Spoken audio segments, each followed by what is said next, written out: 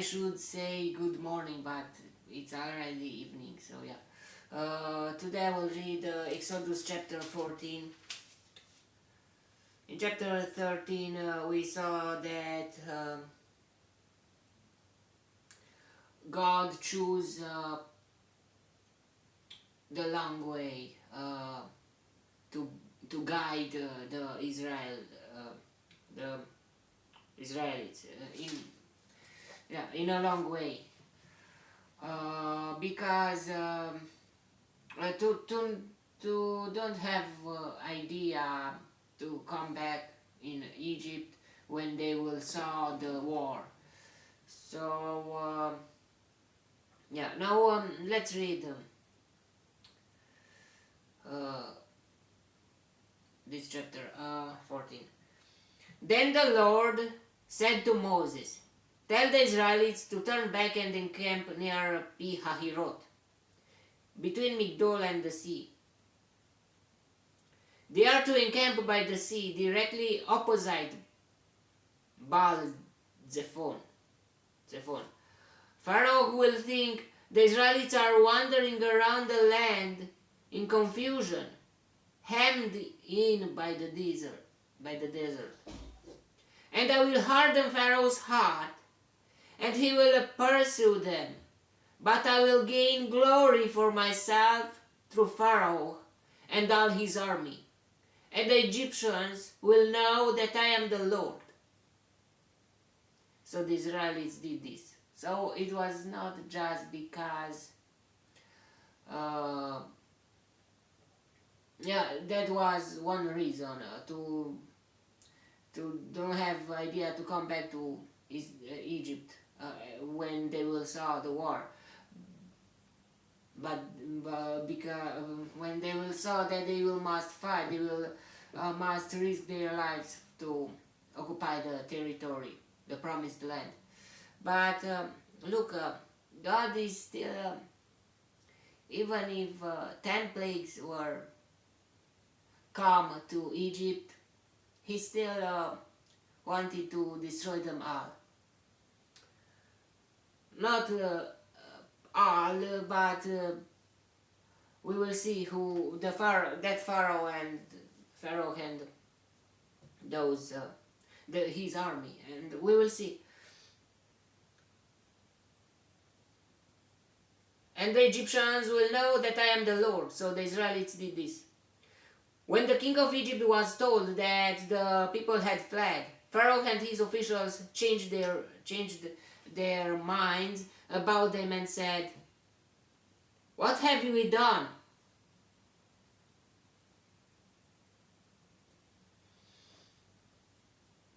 We have let the Israelites go and have lost their services." So he had his chariot made ready and took his army with him.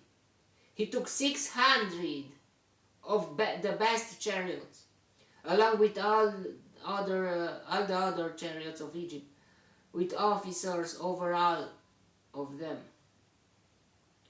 The Lord hardened the heart of Pharaoh, king of Egypt, so that he pursued the Israelites who were marching out boldly.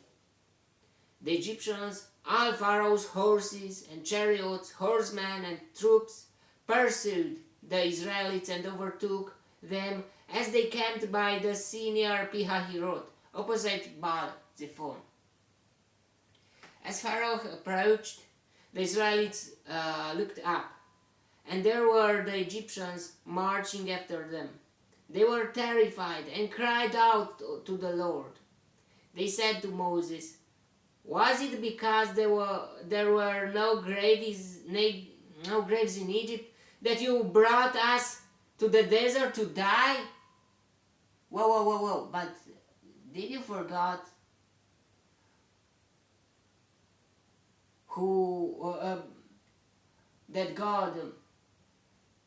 what God has made until now with Moses and Aaron, and why they accepted somehow, they accepted to follow Moses and Aaron? But they accepted, but they were not 100%, I think.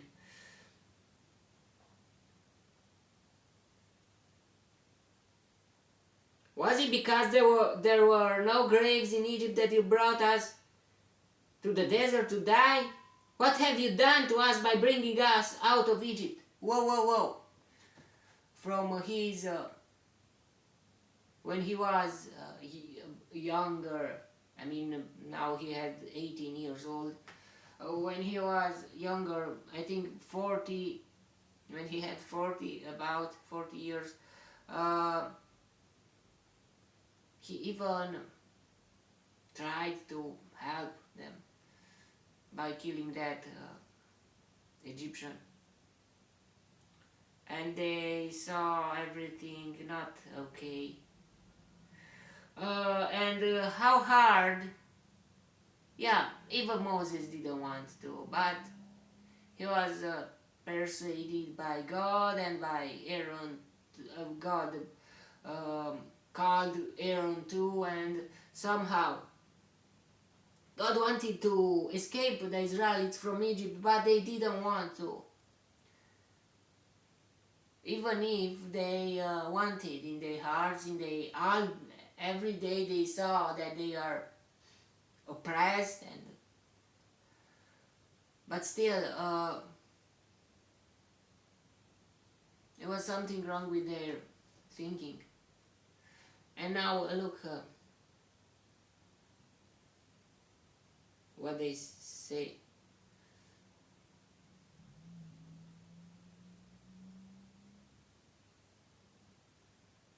What have you done to us by bringing us out of Egypt? Didn't we say to you in Egypt, leave us alone, let us serve the Egyptians? It would have been better for us to serve the Egyptians than to die in the desert.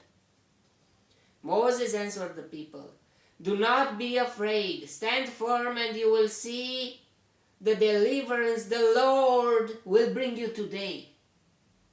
The Egyptians you see today, you will never see again. The Lord will fight for you. You need only to be still. Wow, you need only to be still.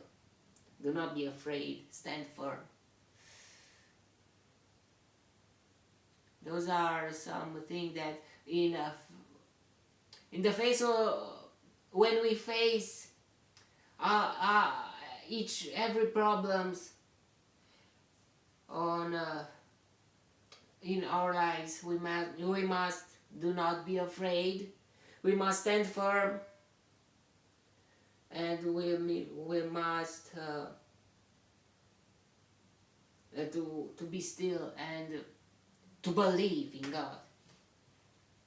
Then the Lord said to Moses, why are you crying out to me? Tell the Israelites to move on.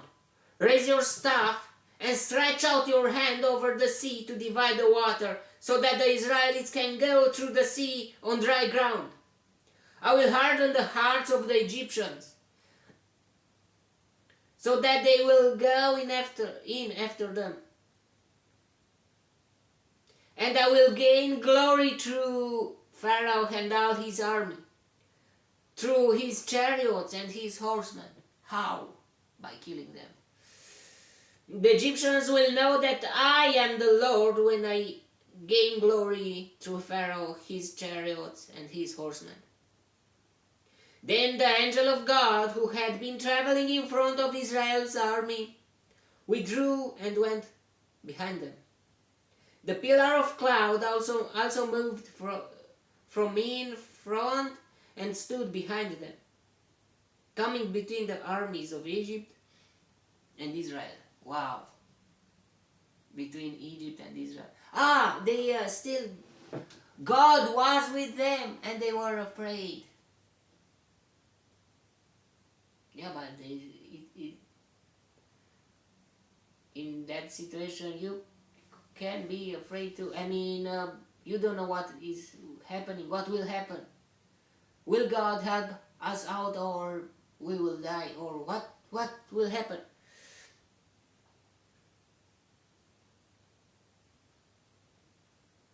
They had no trust in God. I think.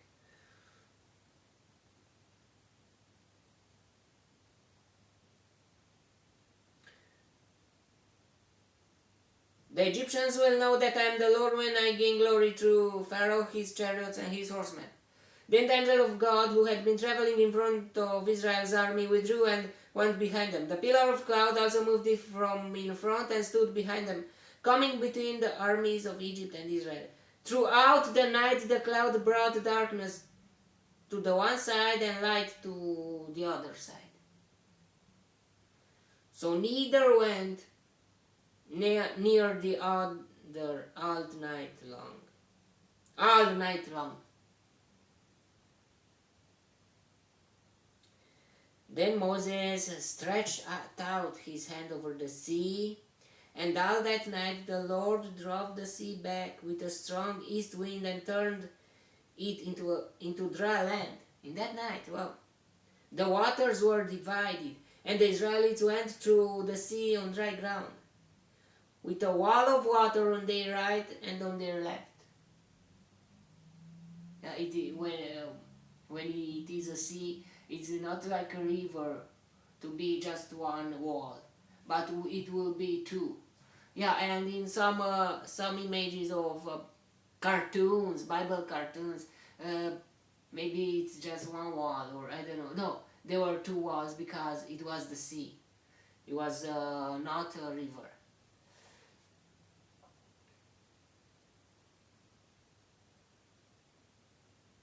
And the Israelites went through the sea on dry ground, with a wall of water on their right and on their left.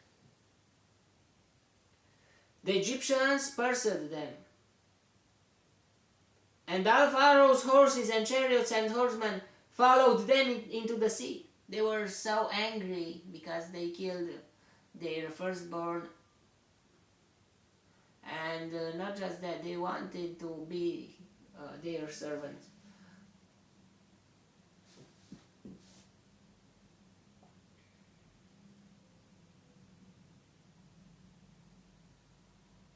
During the last watch of the night, the Lord looked down from the pillar of fire and cloud all the Egyptian army and threw it into confusion. He made the wheels of their chariots come off so that they had difficulty driving. And the Egyptians said, "Let's get away from the Israelites. The Lord is fighting for them against Egypt." Then the Lord said to Moses, "Locked down the pillar of fire and cloud and all the Egyptian army and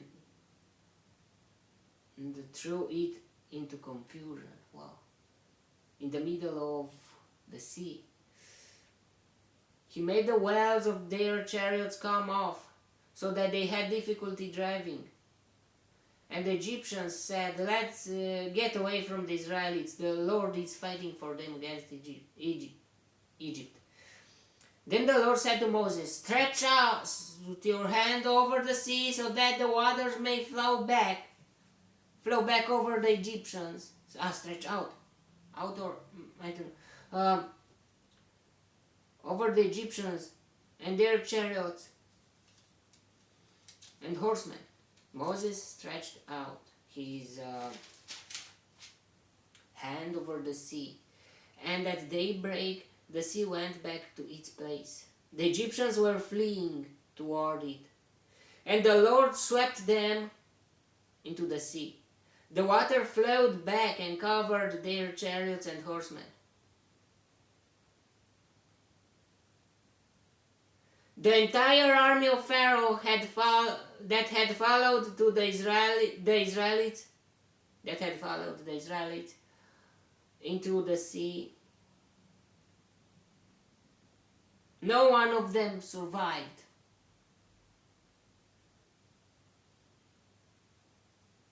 But the Israelites went through the sea on dry ground, with a wall of water on their right and on their left.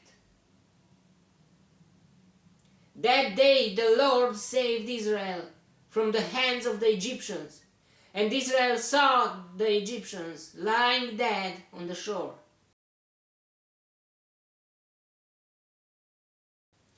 And when the Israelites saw the great power the Lord displayed against the Egyptians, the people feared the Lord and put their trust in him and in Moses, his servant.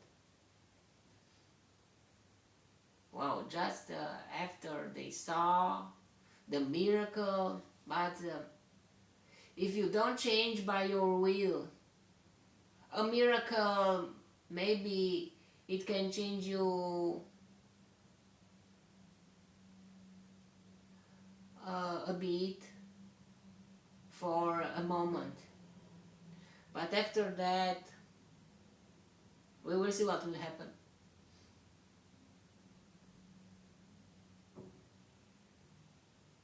May the God, that was the chapter, and yeah, what we can learn about this is a miracle, miracles after miracles. God has power over everything, over his creation and over everything. And when he says something, it really happened. But if it is to you, with you, he wants to work with you or for you, sometimes you are on this relationship with him, and it depends on you how he will work with your life. Sometimes he will make maybe miracles, and that can save you, or a miracle still is something something that grew up their faith. They trust in God. The people feared the Lord and put their trust in him and in Moses, with his servant.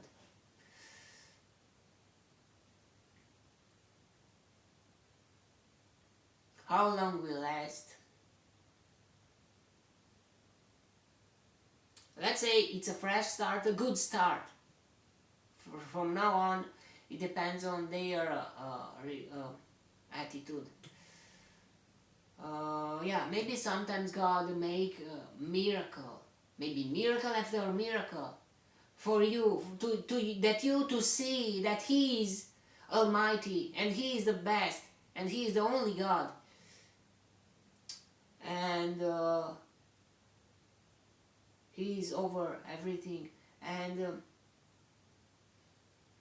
sometimes,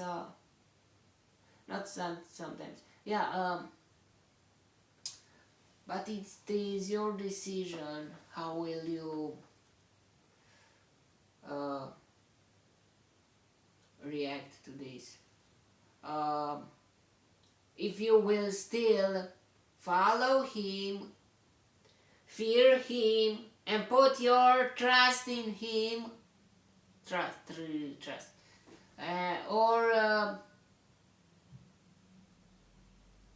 or it's just a moment. But to God sometimes put a fire in you, but you must. It is your part too, that you must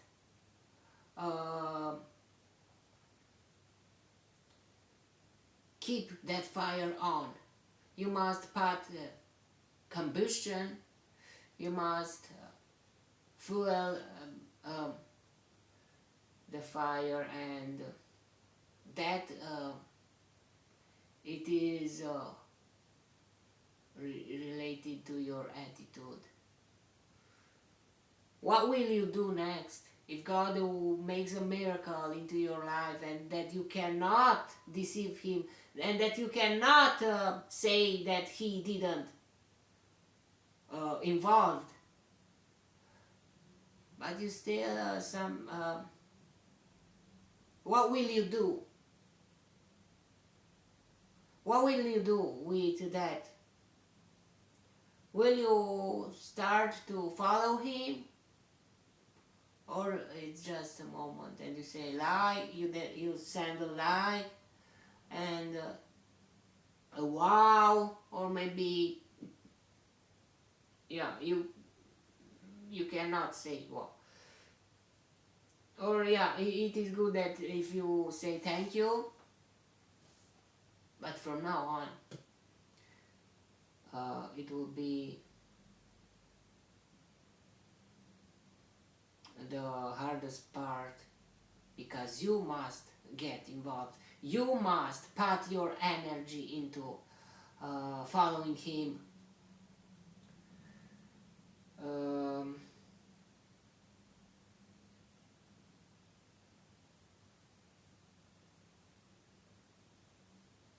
okay, may the God bless me, enlighten me, protect me, enlighten me in the next chapter too.